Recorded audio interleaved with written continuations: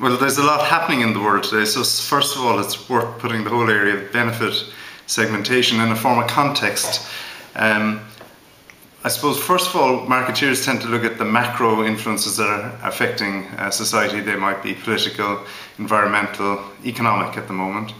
And then these generally tend to lead to drivers affecting consumer lives. So some of the drivers we would have seen affecting people's lives more recently would have been economic and maybe scarcity around time. So people leaving work, leaving home early in the morning to get into work early, but also maybe telecommunications, mobile telephony, things like that. All of those kind of drivers affecting people's lives.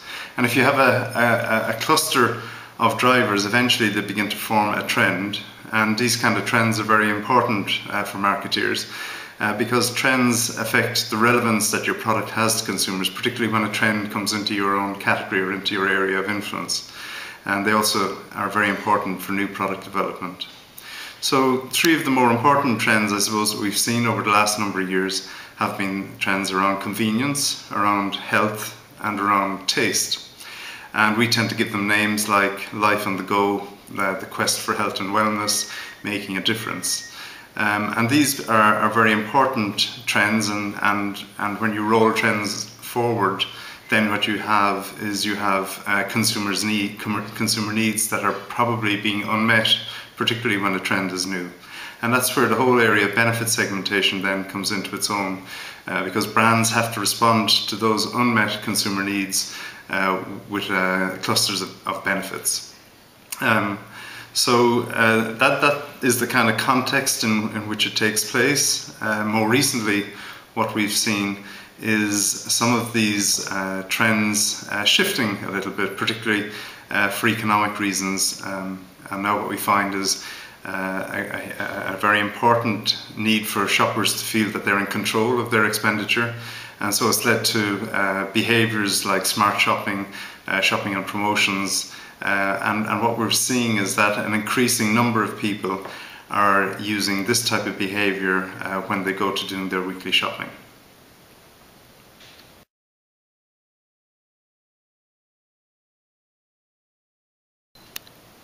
So traditional methods of segmentation tended to be based around age breaks or demographics, but it became clear, I think, that just these ways of grouping people in terms of looking to position products to them weren't very effective and had limitations. And so what you would find is that even though some of the characteristics around the appeal of products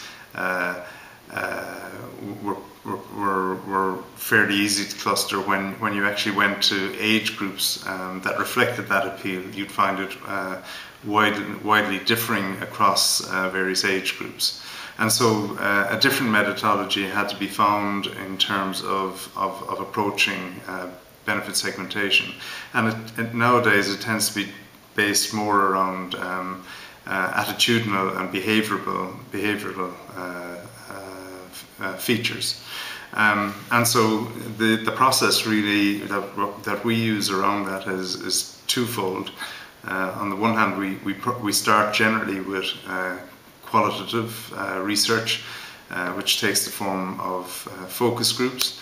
And so for a new product, we might organise 6 or 8 focus groups, generally through a research agency. And the purpose of the focus groups is to go into more depth and understanding around the particular consumer responses to the benefits that we're offering them in terms of new products or relaunches or even sometimes in terms of advertising. And that can be very helpful because that gives you depth in terms of your understanding as to how consumers are responding to it. But if you're launching a new product or if you're entering into a new market, that doesn't quantify the opportunity for you. And so sometimes you have to go a step further using quantitative data where you take a representative sample of the population that you're targeting, and then you look at the appeal of the product to that representative sample, and then that gives you more confidence around what the size of this opportunity might be within your relevant market. So that's to some extent, I suppose, where marketing is partly science but also partly a little bit of an art, and where the experience of the marketeer comes to bear in helping to devise that type of research, and to make sure then that you're taking some of the learnings from the focus groups and the depth interviews through and quantifying them in the proper way through the quantitative research that follows.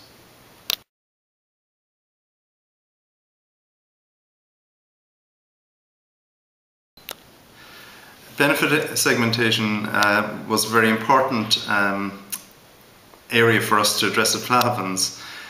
Going back to around the year 1999, maybe the year 1998, 1999, we would have had 90% of our products sold in this type of a bag format. So 90% of our sales actually took place in this format. We had 3 bags of varying sizes. This is a 1 kg bag.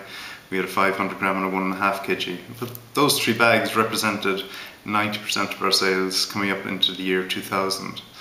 And it was very clear to us that there was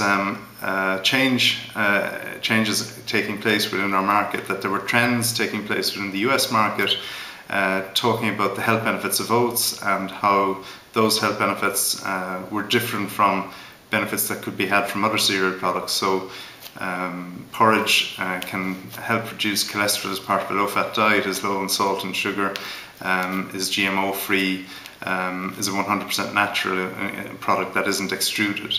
So we knew that these health trends were taking place in the American market, would probably come across the Atlantic into UK and Irish markets over time, and we wanted to be well placed against those. When we went to research those trends, however, we found that the benefits that our products were giving to a slightly older cohort of people weren't attractive to younger users. As well as an image problem associated with porridge at that stage, we also had a usage problem. So we had to stand back and look at the benefits that our products were providing if we were going to attract a new younger cohort of users to our brand.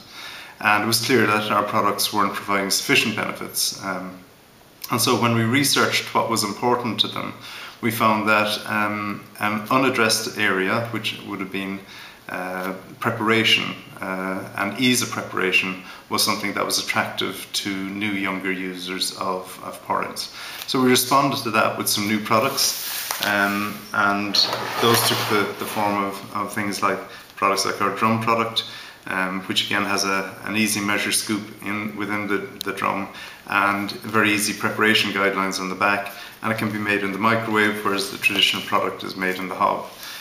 We then took it a step further and took that into sachet products, again, which are portable, can be taken into work. Again, there's a free measure scoop, because one of the factors that was causing difficulties for younger users was the difficulty of making porridge, and some distressing experiences of trying to make it without easy to use guidelines or measure scoops. So we addressed those, both that in terms of the sachet product and in terms of the drum product. And then another area that we found again through research was that quite a deal of consumption was beginning to take place outside of the home. People were looking to beat the traffic into work, and so they were actually looking for meal solutions that they could consume at work. And again, our portable pot product helped address that need. So over the last, since the year 2000, this segment of the market in Ireland has now grown to about 22% of our total market. So it's quite a considerable segment.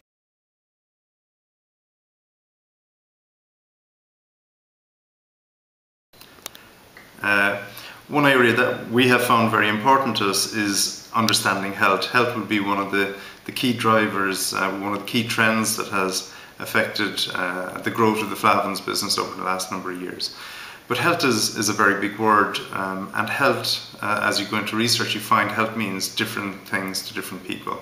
And so when you go to talk to someone who's 55 or 60 or over that age group, health actually may be very closely identified with cholesterol and heart health. And for them, the benefit that they're looking and which they classify as a health benefit may be very much directed in that particular area. When you go to maybe back a number of years in that and go into 30s, maybe 25, 30s up to 45, and you look at it, you talk about health, it tends to be dominated by family health, because you have parents with young families or maturing families, and really so it becomes a descriptor for family health and general family health. And often times it can be also a reflection of the energy need that the parents may have within the family. So it's health, but also the vitality to be able to do the things that they need to do in the day. If you go still back further again and you talk maybe to 16 to 23, 24-year-olds, you tend to find their description of health has actually got more to do with appearance. So when they define health, they define it in areas like low fat or no fat, in terms of personal appearance, in terms of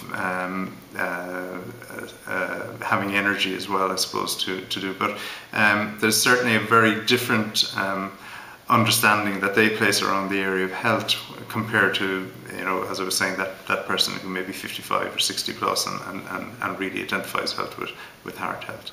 So yeah, sometimes you have to dig that little bit deeper behind the large headline trends, big words like health, to really get down to understanding what the real drivers are for your consumers, and where the benefits in terms of segmentation are being sought.